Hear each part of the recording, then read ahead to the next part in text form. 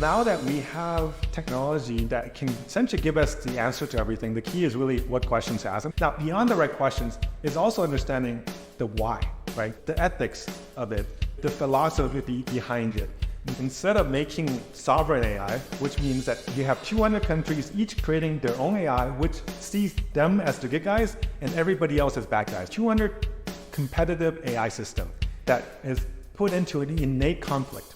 What we need to do is to work as a society, as a species, and say, let's create one giant AGI that takes into everybody's context. Welcome back to Wise on Air, the podcast where we explore the future of education with some of the world's leading minds. I'm Bassem Hijazi, producer of the show. What if Einstein, Tesla, or Edison had AI on their side? What could they have achieved in their lifetime? As artificial intelligence and extended reality technologies advance at an unprecedented pace, these aren't just hypothetical questions anymore. They're glimpses into a future that's rapidly approaching. In today's episode, WISE director Elyas Felfoul sits down with Alvin Wang Graylin, a distinguished author, corporate leader, and technology pioneer with over 3 decades of experience in AI, XR, and semiconductor sectors. Alvin recently co-authored Our Next Reality, a book that examines how AI and XR technologies are poised to transform society. In their conversation, they explore the potential of these technologies to revolutionize education, discuss the challenges we face in their implementation, and consider the skills future generations will need in this evolving landscape. From personalized AI tutors to immersive learning environments, Alvin shares his vision of how education might look in the coming decades. They also delve into some of the ethical considerations and potential risks associated with these powerful technologies. So whether you're an educator, policymaker, or simply curious about the future of learning, this episode offers valuable insights into the exciting and sometimes challenging road ahead. Let's jump to Elyas Felfoul to kick off the conversation.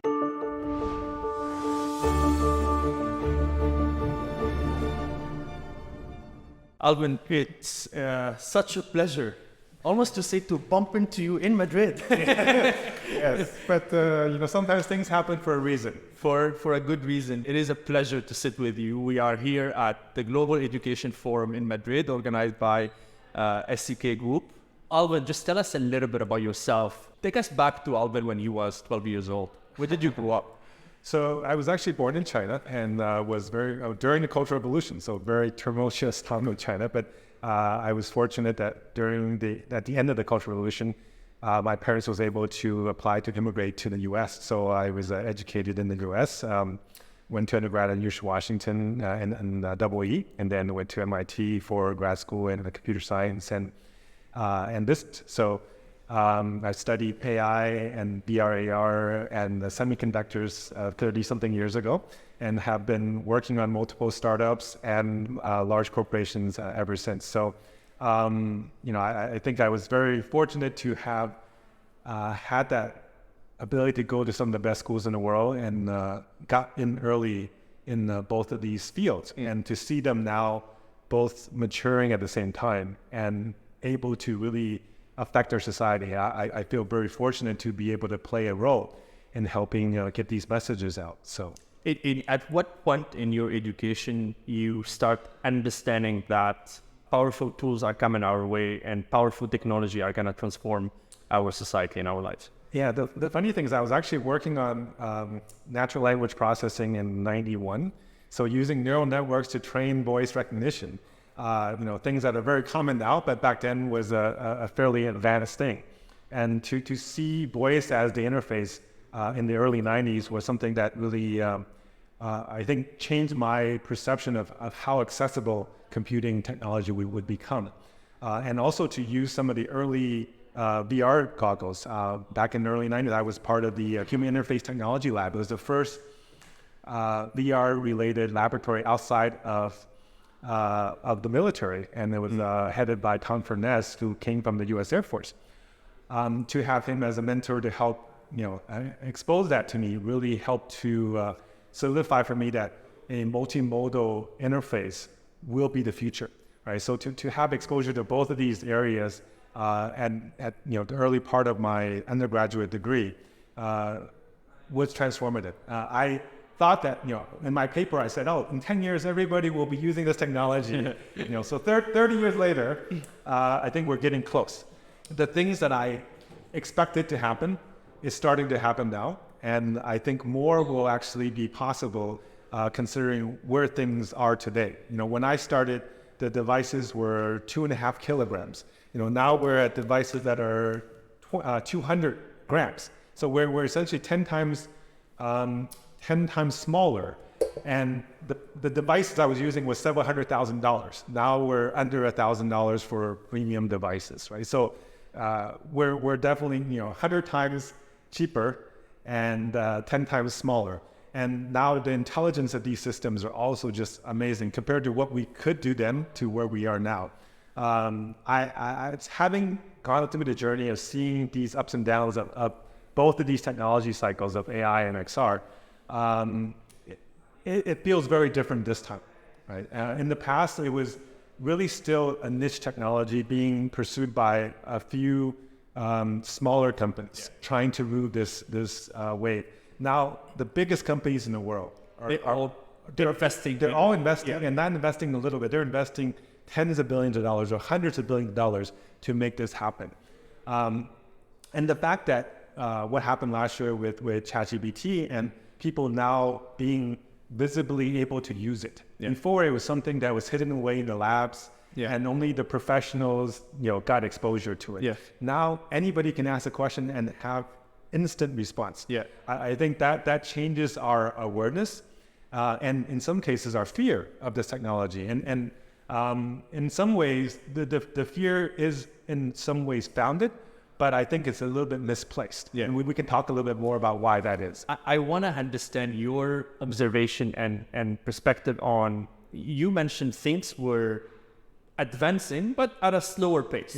And out of the blue, something happened and it became faster. I don't want to use exponential and all those words, but much faster. And you mentioned that. Well, I think that the key is that in any exponential curve, the beginning looks like a line.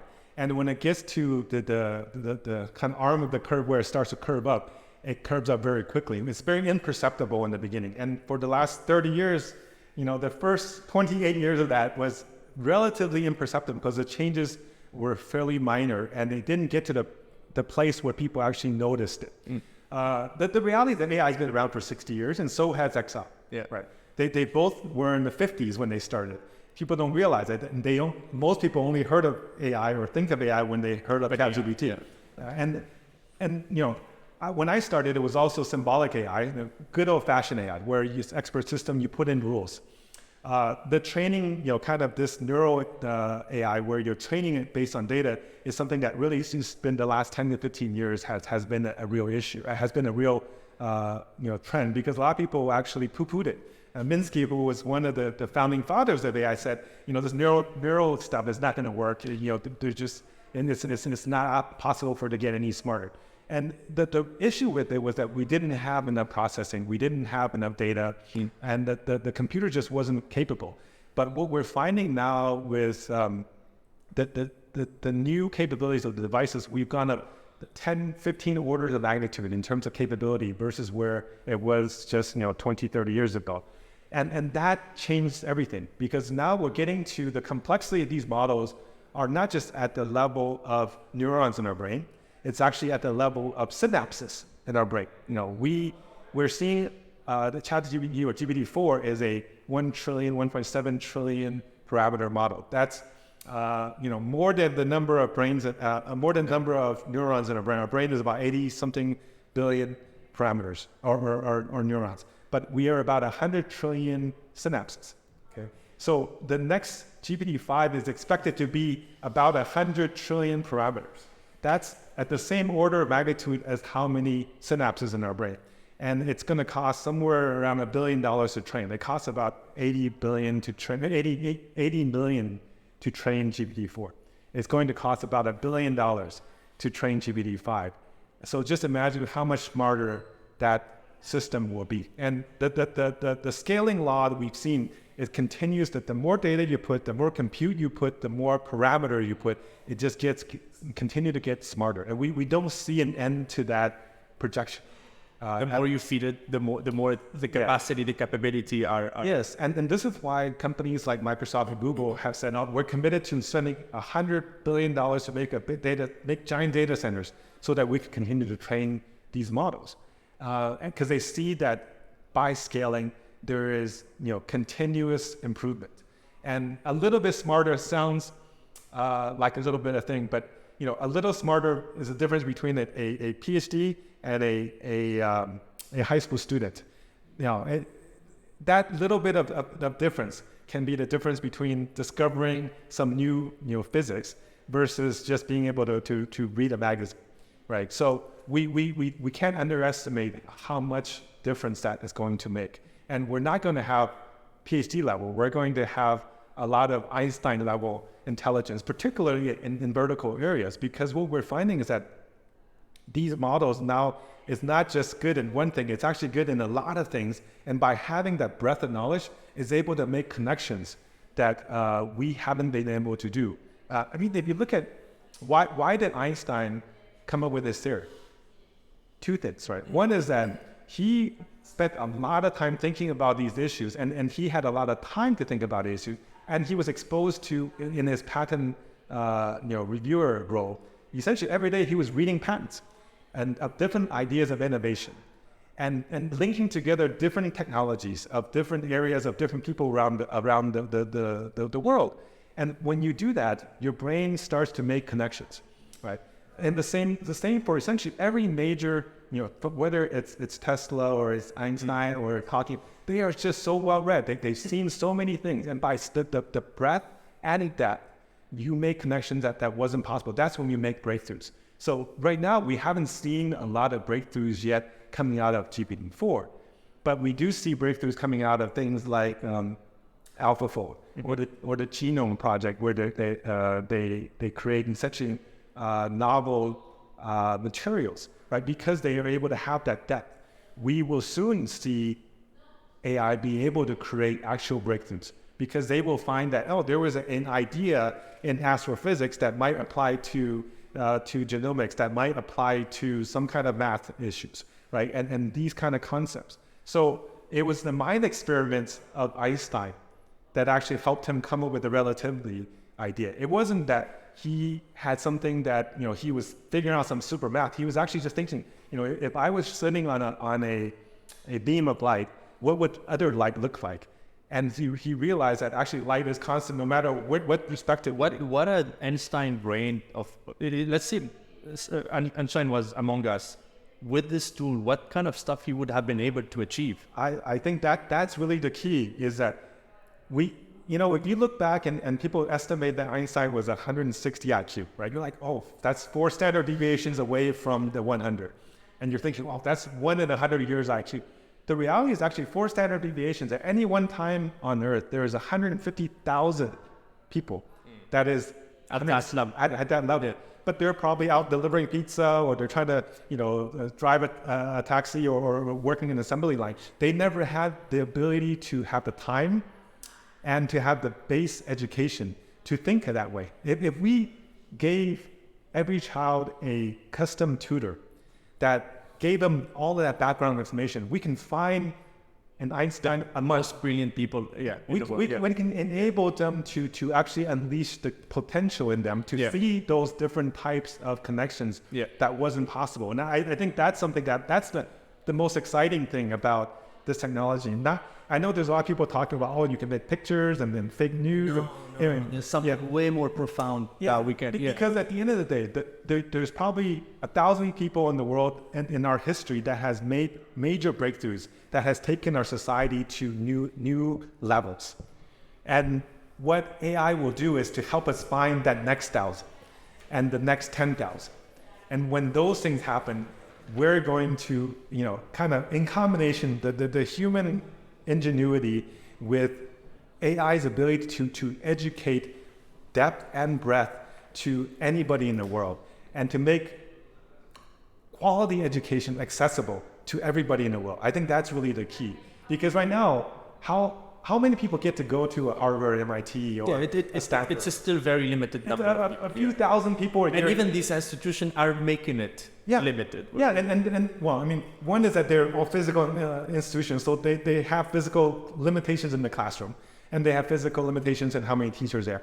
But the reality is that an AI personalized tutor could actually be more informative than even the best teachers at these institutions, because they will have more breadth of knowledge, and in some cases more depth of knowledge than a lot of these Nobel Prize winners. Because even a Nobel Prize winner, they've read a lot of things, but they cannot read every single new paper that comes out every day, right? And there's thousands of new papers and breakthroughs every day that's coming out in different areas, and even the smartest human cannot read them.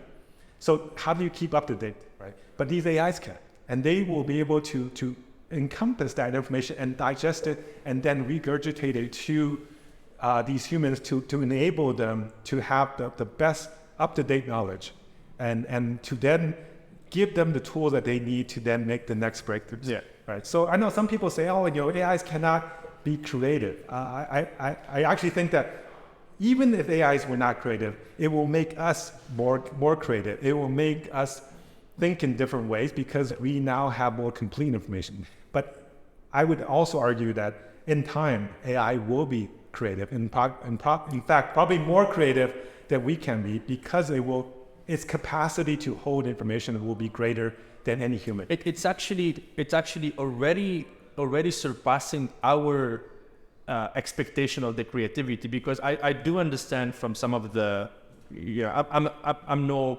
expert in this. I'm a curious person and I'm trying to learn every day. I got to understand that most of the experimentation started to test robots, or if we take jobs, they were trying to replace certain jobs, truck drivers, and then they realized actually that's much harder to achieve than getting access to creative tasks, and hence the cognitive. Exactly. There's physical. Most traditional, all the industrial revolution in the past was replacing physical labor.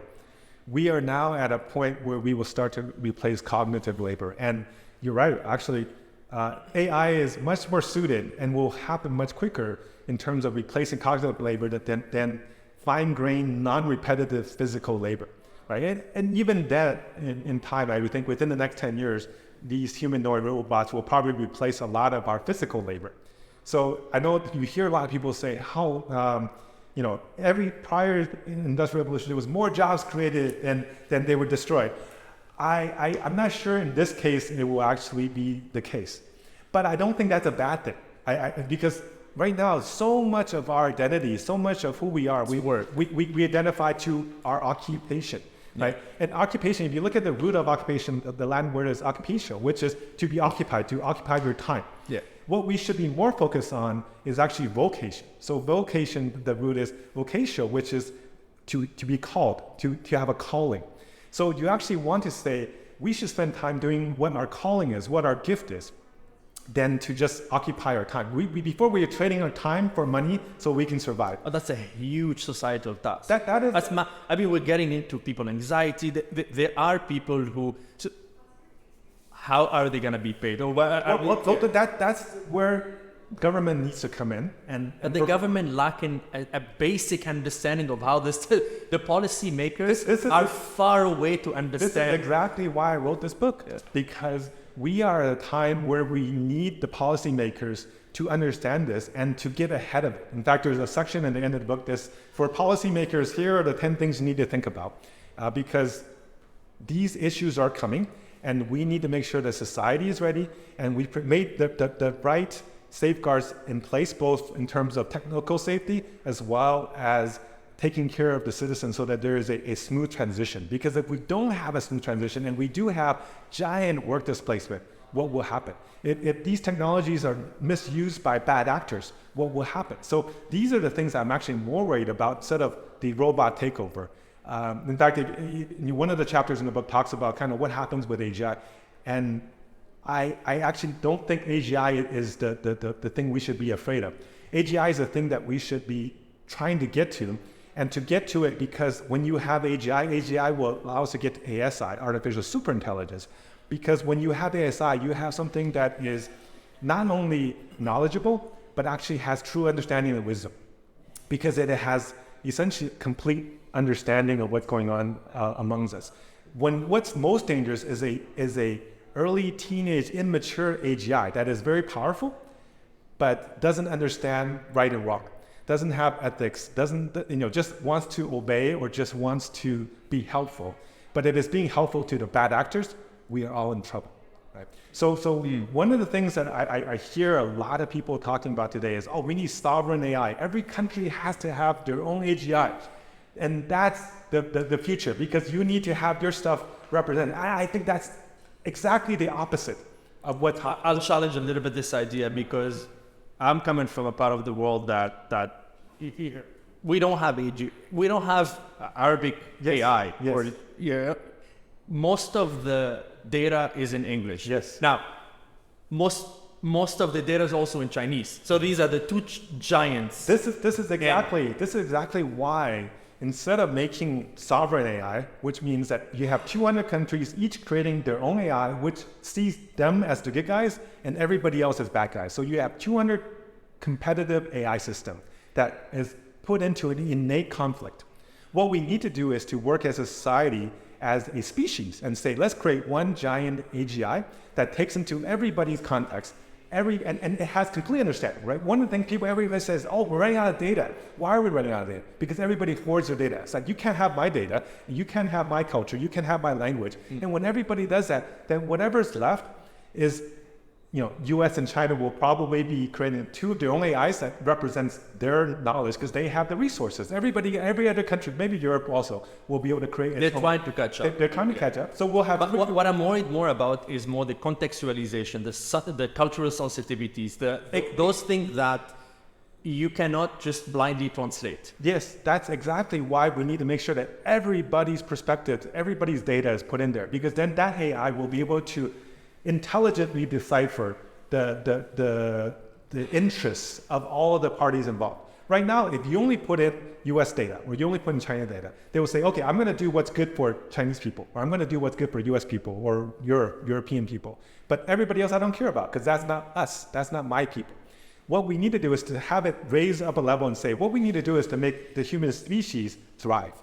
And the only way to do that is when every context, every religion, every language, every perspective is put in there, so that it can then take a higher level and then be able to use that higher level to make the advice to our leaders, to our policymakers, so that we can then allow policy to then help the greater good versus the good of a in-group. Right. That's what I'm afraid of. And that in-group is either China or it's US and maybe Europe. And that in-group does not represent the global This population. is a huge ask. I mean, I'm optimistic, but when it comes to this is a new extra difficult topic to manage globally. I still believe climate change is one of the most important things that we need to come to an agreement together, and yet we have not reached any single breakthrough there. And now you're adding No, but if you look back in history, we've done this multiple times. So you look at the ozone layer issue. Actually, the world came together and said, okay, we're not going to do CFCs.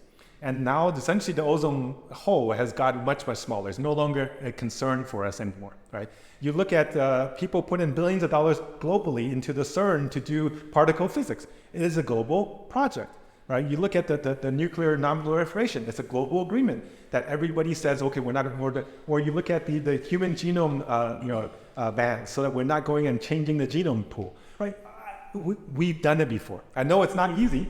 I know that it's something. I am optimistic, but it's a big task. But if you think about it, if we don't pool our resources in terms of compute, why do we say we're running out of compute? We can't buy enough GPUs because everybody wants to hoard their data centers in their networks, in their country, or in their company, right? And when you try to divide it across hundreds of labs or hundreds of countries, you're going to run out of compute.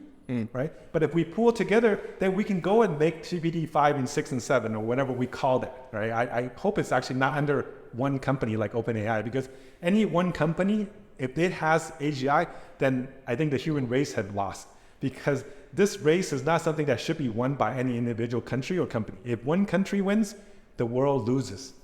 Because that country or we don't want to create another monopoly, especially for this type of because it is too powerful. And that monopoly will be so tempted by the power of this to use it for maintaining their position. Yeah. And that will set off a cascade of events that will not end well. Right? Because if I was China and the US gets it and it says, okay, not only am I going to keep you from buying GPUs, I'm going to go in and set up a virus in all of your networks and put you back into the Stone Ages. What do you think they're going to do? They're going to say, I'm going to send you a rocket and maybe destroy your data center. And back and forth. This is not going to end well, right? I mean, we're already seeing that today with the economic sanctions and the technology sanctions, trying to slow each other down. And it will only escalate when you have a superpower that is enabled by having an AGI. So that's where I hope this superpower give us more wisdom and not give us more egos. And the only way shouldn't be an amplifier of the bad emotion that we can't agree more. And the only way to do that is if we pour resources and we pour perspective. If the perspective is how do we make the human race thrive, it will give us the function that, hey, let's share resources, let's share the good that comes out of it. If the function is how do we make US thrive or how do we make China thrive, then it will say, well, make everybody else suck, then we will thrive. Right? It's the objective that you're putting into it. And what we are doing today is heading down the wrong path, not only in terms of making it hard for us to get to the super intelligence that we need, because the super intelligence will be able to say, when a bad actor comes to it and says, hey, can you tell me the formula to make a chemical weapon that will kill so-and-so species or so-and-so country people, it will say, that's probably not the right thing to do and you shouldn't do that. And maybe I should probably report you to the authorities so that they can help re-educate you. Whereas if it's a relatively intelligent being, AI, that doesn't know right or wrong, it will say, well, here's the formula, here's the most effective way, here's how you prevent it from affecting your in-group, but it will affect everybody else. And we don't want that. And we know that there are bad actors out there. There is no evidence that AI will become evil when it gets smarter. But there is a lot of evidence there are evil doing humans and will use whatever tools that will be at their hands. Yeah, because I used to work in cybersecurity, and anytime that an exploit is available, it will get used. And it will get used quickly because they need to use it before the hole gets patched. So it's an asymmetric risk. You hear a lot of people today, they say, hey, let's just open source everything, and the good guys with AIs will outdo the bad guys with AIs. And that's not true, because it's asymmetric. When an attack vector, you don't know when it's coming, you don't know where it's coming from, the attack goes in, it's too late. You're going to then spend 10 times 100x the effort to try to defend. And when you have an ASI that's working for the bad guy or an AGI that's working for the bad guy, it will find holes that is very difficult for you to defend. And you may not even know it until it's too late. Until it's too late, You're Alvin, I love this passion. I love your knowledge, your experience, your access to this field, to these communities, to the creator of some of these technologies, the founders behind them, have led you to start thinking deeply about the topic. We have a book now. Yes. You have a book of your reflections on how this is going to affect the society, how this is going to impact positively and negatively. Yes. And I guess it's talking also to policymakers and give them guidance on, because no one has the answer yet. What inspired you to write this book? And are you more on the optimistic side or So this book is actually a debate. It's a debate between myself and my co-author Elyas. We've both been in the AI and XR space for over 30 years, so we're both speaking from experience. We're both practitioners. We're not just academics or theorists. We've actually seen the difficulties of implementing these things and the use cases of it and the good that comes out of it. And so there's hundreds of articles and papers being cited. There's 100 figures, so there's a lot of materials that this is data-driven. It is not just somebody theorizing. And the debate is there because we see that most books are written either as a super hype book or as a super doomer book, and people will gravitate to what they already believe. But we wanted to write a book that gives you both perspectives because, as Plato said, I cannot teach anybody anything, but I can make you think. But if you can make somebody think, then whatever conclusion they make after they thought about it, that's something they will own, and they will hopefully take action on. But if you just give them one side, they would just reinforce what they already believe. And we want people to see both sides so that they can make their own conclusion.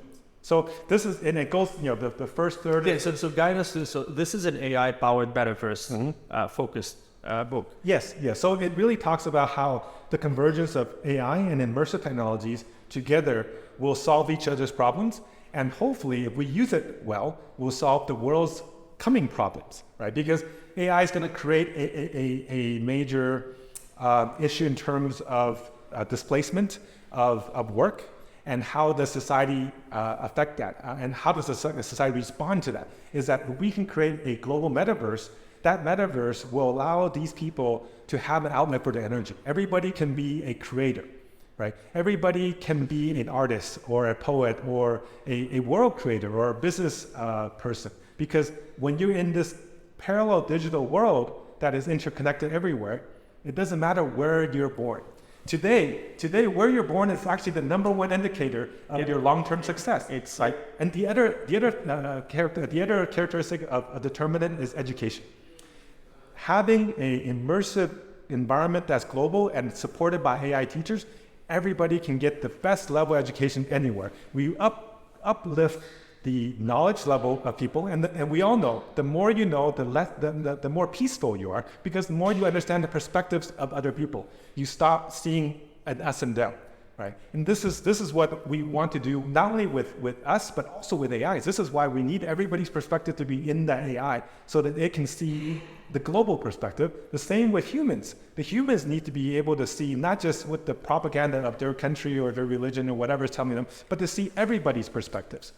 That actually is super important. The other thing that's important is how do we align AI? A lot of people say that the biggest danger with the alignment of AI is that we only get one chance. If we don't align it right, then the AI is going to come and take over. The reality is that what we can do is create this giant metaverse simulation. So we have a matrix, but the matrix not for humans to be plugged into, but for these AI models to be plugged into. And we see, how does this AI behave in a virtual world of billions of people, and does it become evil? Does it destroy the world, or does it help the world, right? And then we can also play it across a much more accelerated time frame, so that we can say, let's run this 1,000,000 years and see how it works. Because one of the things that recently came out was, you can create an AI that is very benign and positive for 5 years, and then the 6th year, it becomes evil and wants to take over the world, right?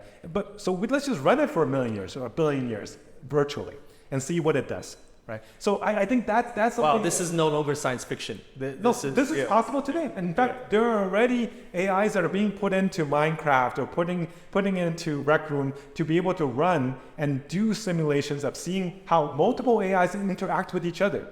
And it's happening. It's already happened. It's going to happen to a much more realistic and precise level going forward. Right. So it's a way for us to evaluate how safe is this AI that we're creating? How aligned is it with our interests? Right. You discuss in the book how AI will give us infinite productivity and infinite intelligence, and if managed well. And since we are part of an education platform, I want to hear how do you envision AI transforming education and learning experiences in the next reality? And you seems to be super optimistic and excited about it. Yeah, this is the book is a debate. So I'm the optimist, and my co-author Elyas, he's a pessimist, right? And he warns about all the misuse, and like any technology, you can always misuse it, right? There's always this double-edged sword. But the key is that the negatives and the pessimism will show you what you need to avoid, and the optimism gives you the motivation to then go forward. Right, so I think it's important for a reader to hear both sides, because we need to limit the bad and to accentuate the good, because both will be there. There is no way we can be completely good or we'll be completely bad. But we need to make sure that the bad is limited to a minimal impact, and that we can maximize what the possible good is. And to your question about how does this affect education, I think we said earlier, you have devices like what's on my head, right? I can actually touch it and ask a question. I have access to essentially the world's knowledge at my fingertips, right? Not by pulling out a phone, but by having something that's on my face. Now this display talks to me, or this glasses talk to me, but in a year to 2 years, you will have this displays that will also show you information. So it will be the best teacher ever, because it is not a teacher that is only when you go into class that teaches you. It's a lifelong learning, not just for children, for any age, because once you put it on and it's on your shoulders, it can hear what you hear, it can see what you see, and it will give you a perspective that is real time and is to your interest. The key is, who is this AI working for? If the AI is working for an advertiser or a platform that wants you to click more or to buy something, we're in trouble, because this device will be able to manipulate any human to do anything. But if we say, hey, this device is now optimized for my personal good and for the good of society, then if I'm about to do something bad, it would probably say, you know what, maybe you shouldn't eat that extra cookie right before you go to bed. Or maybe, you shouldn't take this, maybe you shouldn't throw this ball into somebody's window. It's funny you're mentioning this, because I just got myself an Oura ring. Oh, yeah, me too. You have it. Okay. I've been wearing this for 5 years. For 5, okay. So I just got it, and as much as I'm excited about it, as much as I find it a bit scary that now if my wife asks me, did you sleep well?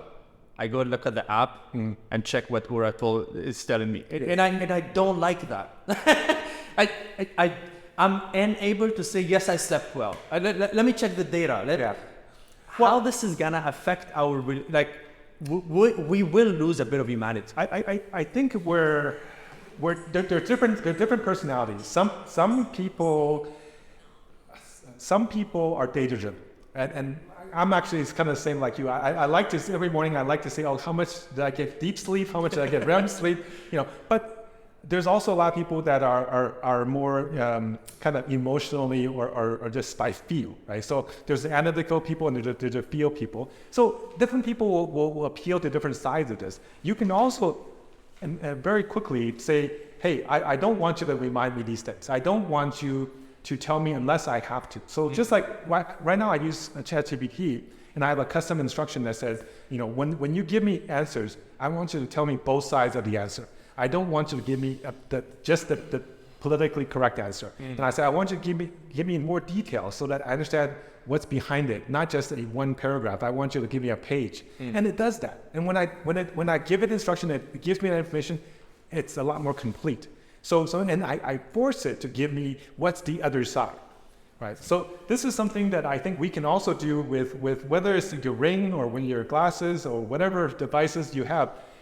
If you say, hey, I only want you to tell me something when I'm making a mistake that will have real ramifications, or whatever. I love this. I love this conversation, and the segue to the next question is related to those skills that we need to relearn. So with this, super fast acceleration of AI, what knowledge and skills do you believe will be most, important for a human to learn in the coming decades? And maybe your also thought on how and what the education system can prepare us to get those skills. So now that we have technology that can essentially give us the answer to everything, the key is really what questions to ask. Even in the early keynote, they were talking about the key is about the right questions. Now, beyond the right questions is also understanding the why, right? The ethics of it, the philosophy behind it, the psychology of it, the sociology of it. A lot of the soft skills that we've been discounting for the last several decades because everybody's so focused on STEM. STEM will be the first things that the AI will be to replace, because it has understanding of the formulas and the scientific knowledge much more than any human. But it is, should we do it? Should we be doing this thing? And when it comes back to have the critical thinking to say, does that make sense? Mm-hmm. Because sometimes an AI does hallucinate, at least near term. I think longer term, that will no longer be a major issue. Even in today's more advanced models, it's like less than 2 or 3% are hallucinations. So it's not as big of a problem as a lot of people pertain it to be. The real thing that I think we need to be getting our children to focus on is how do we deal with each other? It's the human side. Because that, no matter how smart AI becomes, and it will kind of exceed us, we will still have each other.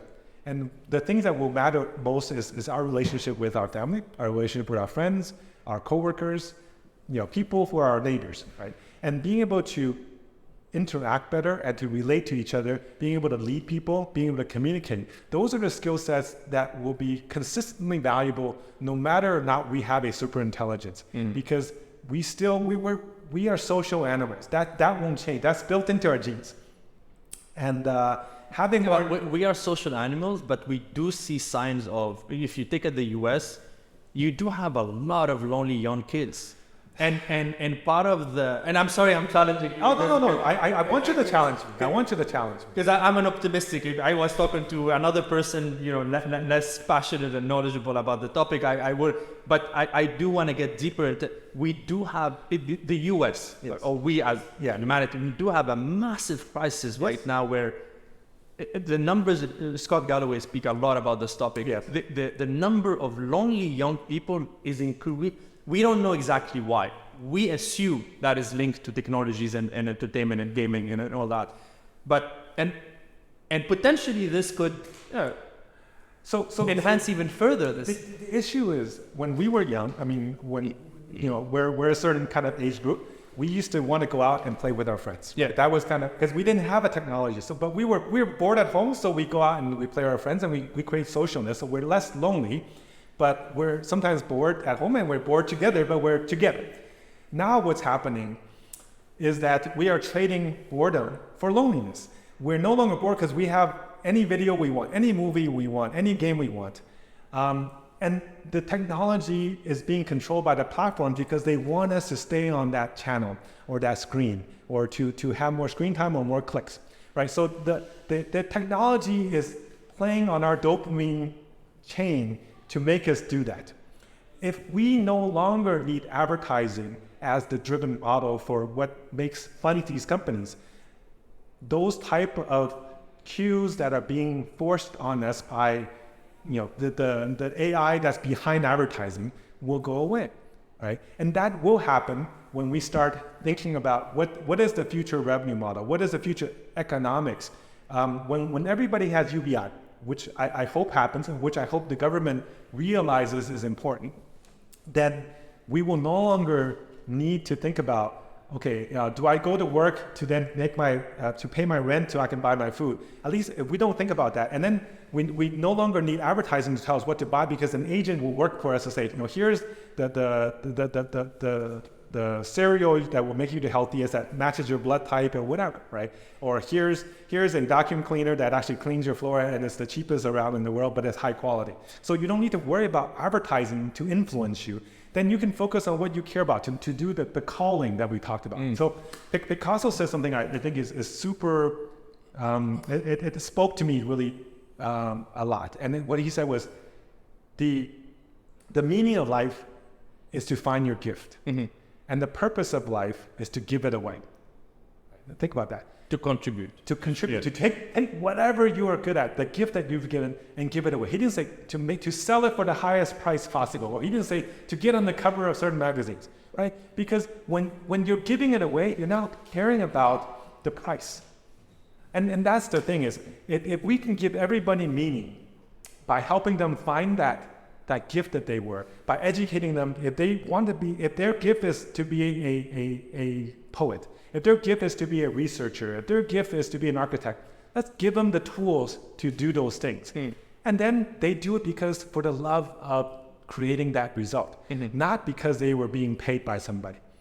At that point, I don't think we're going to be so worried about advertising then forcing us to stay on a platform, because there's no value to even the platform providers of doing that. Because if we solve for the issue of the offering, in my view, offering the minimum, remove the anxiety of many people, for what they need to live.